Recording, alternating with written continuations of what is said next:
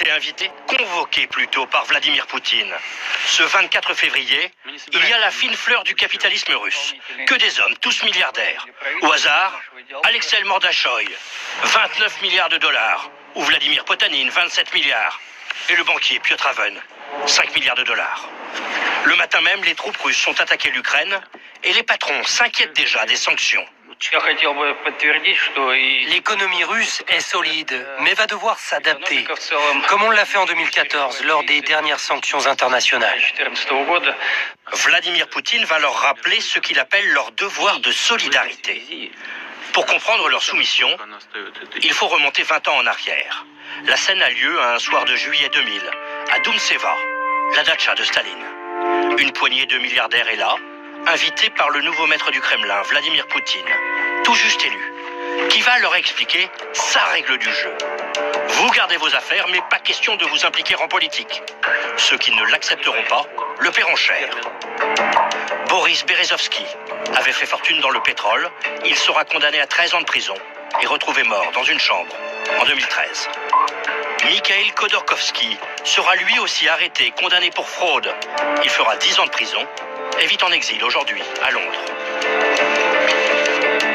Gare à ceux qui lui résistent, comme lorsqu'il débarque dans cette usine et humilie en public son propriétaire, le milliardaire Oleg Deripaska.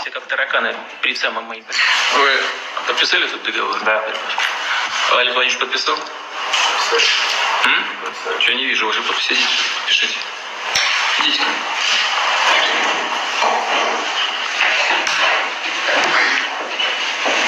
Договор.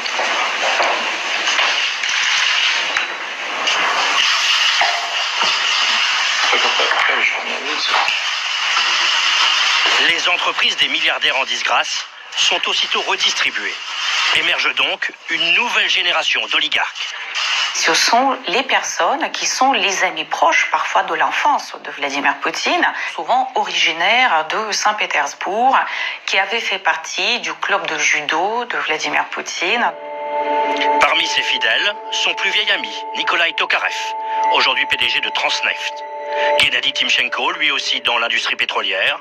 Ou encore le jovial Alisher Ousmanov, roi des nouvelles technologies. Enfin, celui qu'on dit le plus proche, Igor Sechin, un ancien espion, autrefois connu sous le surnom de Dark Vador.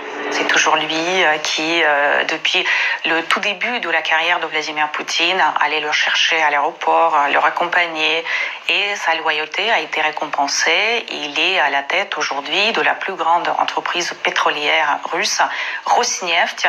Son yacht a été immobilisé la semaine dernière à La Ciotat, mais peu probable que cela suffise à rompre son lien avec le pouvoir. Le cercle proche qu'on vise plus particulièrement est extrêmement loyal au pouvoir. Ils ont peur des sanctions, oui, certainement, mais ils risquent également de tout perdre si jamais ils tournaient le dos à leur président. À ce jour, un seul oligarque a timidement critiqué la guerre en Ukraine. C'est Oleg Deripaska. Souvenez-vous, celui qui avait été mortifié dans son usine, il y a 12 ans.